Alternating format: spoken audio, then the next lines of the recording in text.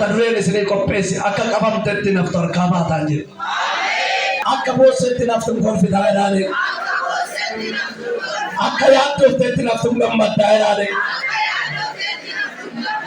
Akka jalqabdetti naftu xumurattaa jedhaanii. Mee warri jalqabdanii soorri boossanii soorri yaaddoftanis akka keessan ol furaadhaa siikeera. Fuudhi harkaa siikeera. Maqaa Yesuus gooftichaan siikeera. Biizinasii keekeera. Faayinaansaalii keekeera. Afuura keekeera. Sammuu keekeera. Barabaadii qabaanii goonichaan. Ameen nama jedhee maa ta'u. Waaqayyo akkam jedhe wanta guddaatti qottee bira ga'uu hin dandeenye sittan himaa. Dubbii kana irratti gaafa laattan waa'ee Ermiyaasiin ilaalla. Ermiyaas boqonnaa 33 lakkoofsa 1 kaaftanii fudhattanii yoo laaltan ani Ermiyaas mana hidhaa keessatti eegamaatu hin jiru dubbiin Waaqayyoo si'a lammaffaa gara koo dhufe jedhe.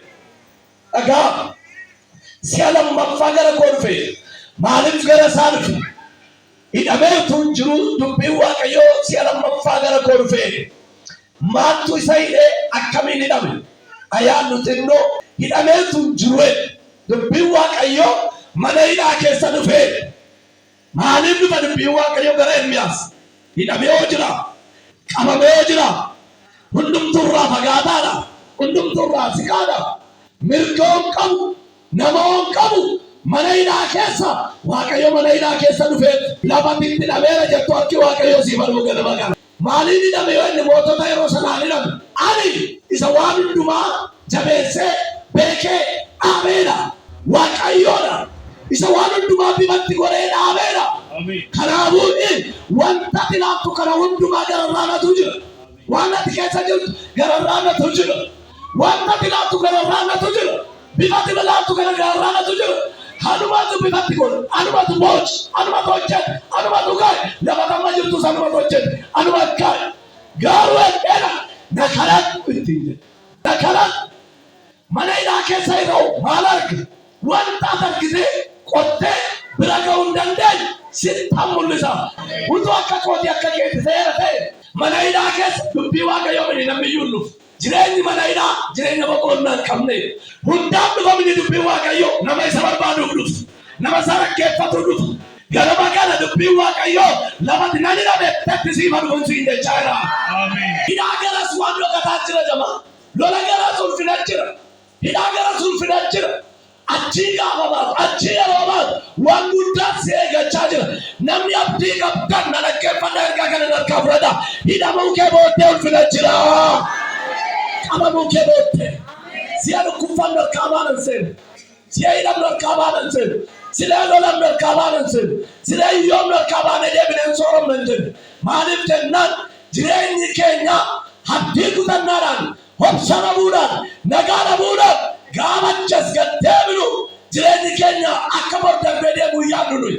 Kanumaan dhume kan ko'en, kanumaan raate kan ko'en, kan keemmoo yaa nama amante, yaa nama rakkatte, yaa nama hidhamte, yaa nama lolabaa jirtu kan keessa caalutu rafee. An keessa caalutu rafeen siin jechaa jedhanii gooricha. Waan dhokkataa iji namaa nagar, gurri namaa hin dhageen, miilli namaa bira hin geenye, harki namaa hin gaggab, harka kee hagalu sa'aatii kanaa kaasa. Maal beekta boru yeroo lafti bari'u waan ta'u maal beekta? Waaree gara waan ta'u maal beekta? Galgala gara waan ta'u maal beekta? Boru waan ta'u maal beekta? Harka garatti qabatu waan haaraa. Gabbadee harka kee galchee jedhanii gooricha. Isa abbaan kee qoree bira ga'uu dadhabe. Isa akaakiliin kee abaabiliin kee teessumni kee abbaan kee haati kee qortee bira ga'uu dadhabde maqaa Yesuus gooftaadhaan hadaan kee ariifatee harka kee hagalu sa'aatii kanaa kaasa. Hafuura dhokkataa meekurii dhokkataa. Ulfina dhokkataa gammachuu dhokkataa haala dhokkataa isa dhokkatee si jalaa miliqee harka kee galchuu hafe. Himma miilladheera fuudhi nyaateera jala cabsaa bira Yesuus. Sharaba toora laba diyaas. Barbaaddaa waan dhokkataa ija keenya malee iji Waaqayyo bireera. Gaarii yoo fudhattanii laattan gaafa Abrahaam qalqala isaa isheetti bishaan naqee garaa kennanii biyyaa ba'e ittiin jedhee ari'ee baase. Garaa karaatti harkaanume. Waan isheen qabdu harkatti karaatti harkaanume. Mucicha darbattee fuullee isaa fuullee irraa sittee darbattee gattee utuu inni du'u hin argu. Ilaaluu hin danda'u utuu inni du'u ilaaluu hin danda'u. Ija gorraa fageessee du'u jettee mucicha darbattee gatte. Angaar waan dhokkataa nagarra. Heebba dhokkataa mucaagat elmogat pun epikia dangalogat epikia gada dangalo arkutat wakayo arkusin baluri gole chawaka yote akaga kuria arkunta ujara iyade arkunta ujara sagale basa arkunta ujara ni bata Yesus aku simbol wake lalla mamajira wanje lalla mamajira wana atunabo wana atutao bokaina hara ulladara kalora sadara wana rata akike kaloi wana rata beta wana cheswajo babet amma bet maleger bet bokaro bumbet keleza bumbet rumesa du bumbet roma bumbet keleza bumbet burka bumbet garuwa ko konjele nandum pada nadu pachise wana amen haleluya amen nana sana so chise wana amen mana ke wana ala ke wana wan contemplate undende wasofte ilate bukete brega undende sitambulisa sinoswe pia kage iga olichal wana ti contemplate undende sitambulisa wage sana ga yugya ga ngene ga ga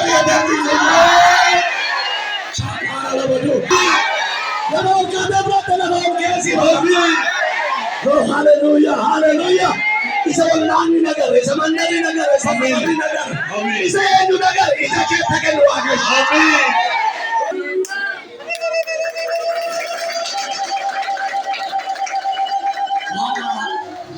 amana kena midade be wakayo dande wachi kena midade be wakayo sidande amen amma kabalu tegere rosheri to ante vi to kasinalaga Yomante wana rata agatena be ora manta adebia di sana namak kawe de mara kina mali adebia ina mantu wakayo kalinjare ora sidipisa ora sidanka ora sitanga kan gedut ulfina ninda daya sajid Tegu peke na tika matu saki peke na tika mat akka ko sibraga amdar ka pura wakayo sibraga peke na daya sandi vera Pilera igole matana nyata matana kapsana garbiloinde Yesus itti fufe kadhadhu isiniif hin kennama barbaada argattu barbaada rukutaa isiniif hin banama kan kadhatu hundinuu fudhata kan barbaadus hin argata balbala kan rukutuufis hin banama Amen to ape agaga kasi banamera isa namni sitte jof amen isa bila basir rajuf amen basir rajuf amen ya basir rajuf amen kaya sir rajuf amen ela saji kana dalga banera amen kabana munde ne dina jof amen aga jof munde ne to wa kayo to amen kona banamera jara adozo kona kuna to Andi cumpaan tumana ina jiru hojii masii ichi hojjete hundumasa hin dhagee karaa bartoota isaatii Yesuusitti dhaamsa erge kan dhufuudhaaf jiru siimoo yookiis kan biraa eeggannu jedheen Yesuus immoo deebisee deebi'aa waan dhageessan waan argitanis Yohaannisitti himaa kan jaaman hin argu kan hokkolanis hin adeemu kan lamxaanis hin qullaa'u kan duudanis hin dhaga'u kan du'anis hin ka'u hiyyeessotaafis sagaleen misiraachoo lallabama. Amen.